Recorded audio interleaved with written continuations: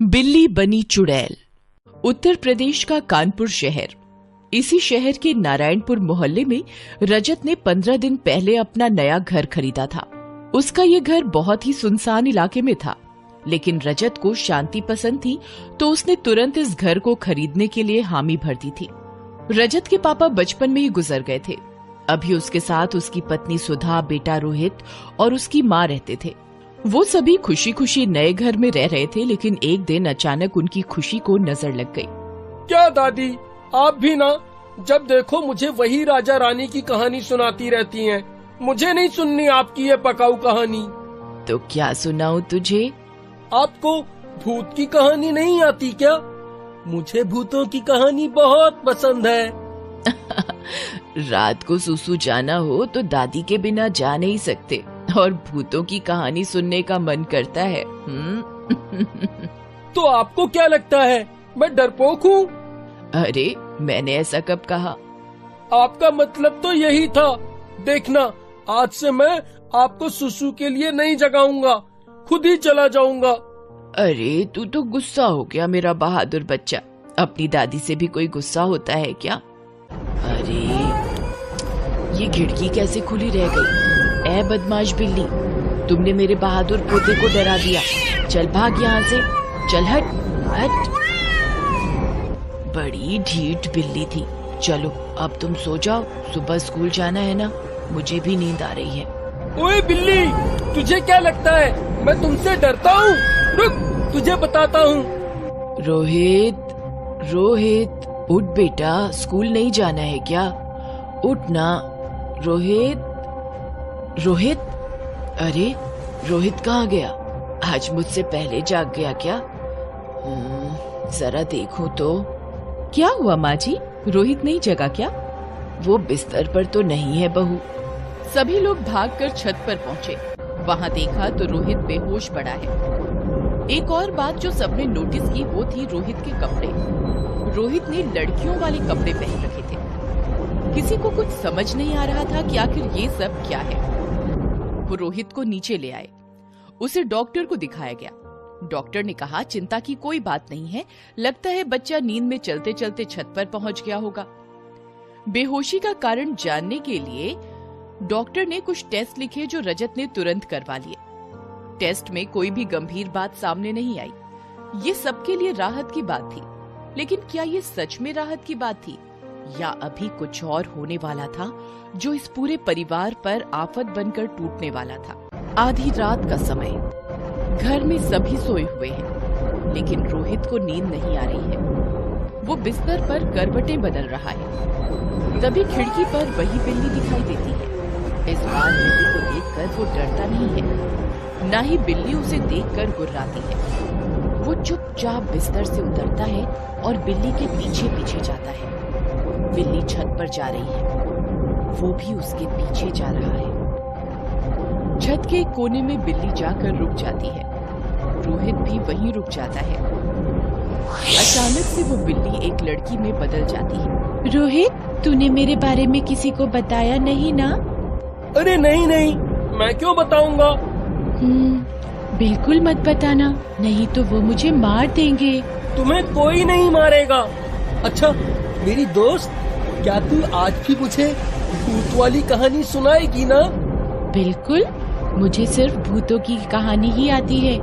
जिंदा लोग मुझे अच्छे नहीं लगते, वो बहुत बुरे होते हैं। लेकिन मैं तो जिंदा हूँ। तू भी मर जाएगा। इस महीने की 17 तारीख को सभी मर जाएंगे। सभी मर जाएंगे। रोहित, रोहित, अरे लगता है सब जाग गए हैं। रोहित, वो तुझे ढूंढ रहे हैं, मुझे जाना होगा। जल्दी जाना होगा। अरे रुको ना मेरी दोस्त, कहानी तो सुनाओ। आज नहीं, हाँ याद रखना, मेरे बारे में किसी को मत बताना, भूल से भी नहीं। उस रात घर में कोई नहीं सोया। सभी रोहित की हालत देखकर डर गए थे। जब वो छत पर पहुंचे तो रोहित उसी दिन की तरह बेसुध पड़ा था। उसके कपड़े भी वो नहीं थे जो वो रात को पहनकर सोया था। किसी को कुछ समझ में नहीं आ रहा था। रोहित जब जागा तो सबने उससे पूछने की कोशिश की कि वो छत पर कैसे आया। लेकिन रोहित ने किसी की बात का कोई भी जवाब नहीं दिया।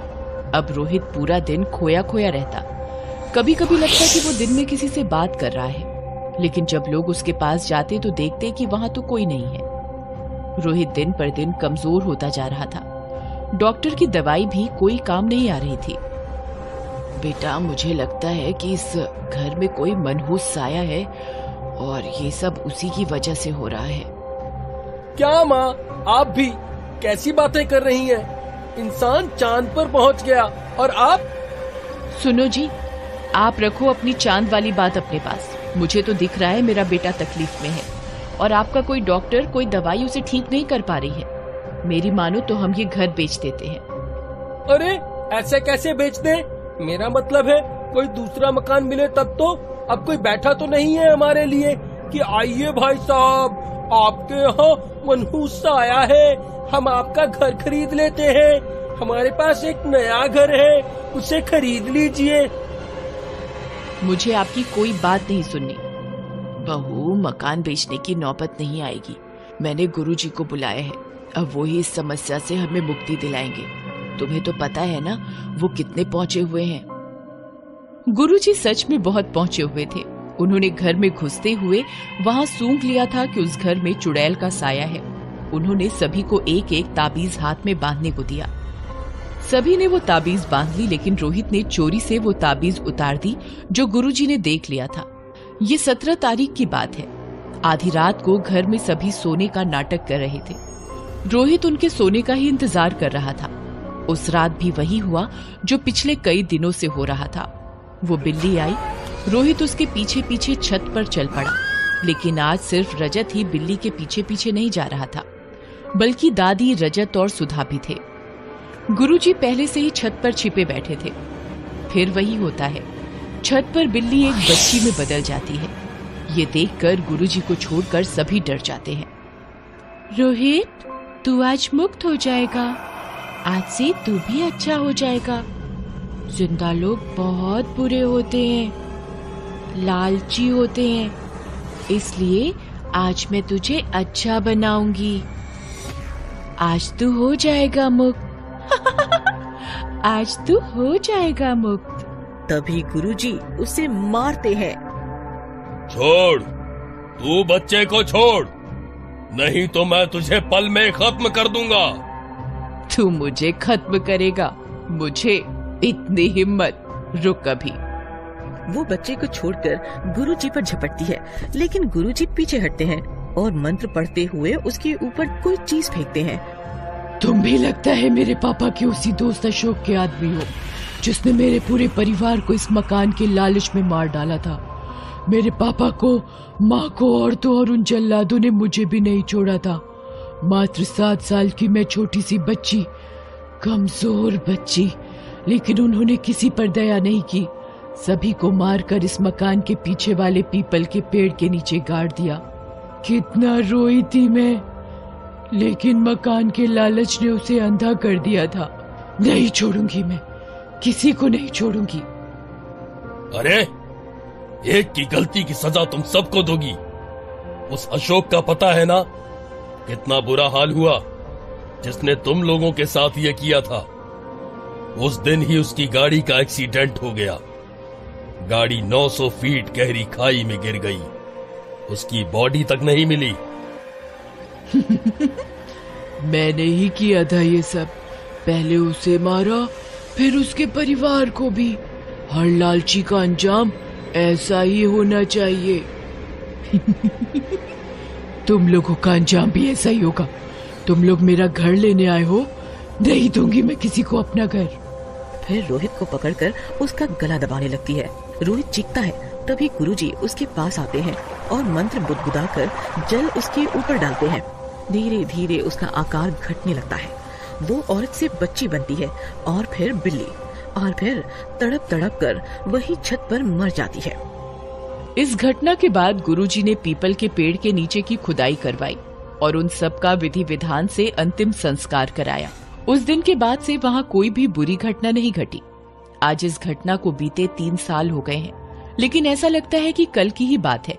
लेकिन एक चीज जो नहीं बदली है वो है रोहित की जिद। वो आज भी अपनी दादी से बिना कहानी सुने सोता नहीं है। भूतों वाली नहीं, राजा रानी वाली। Thanks for watching.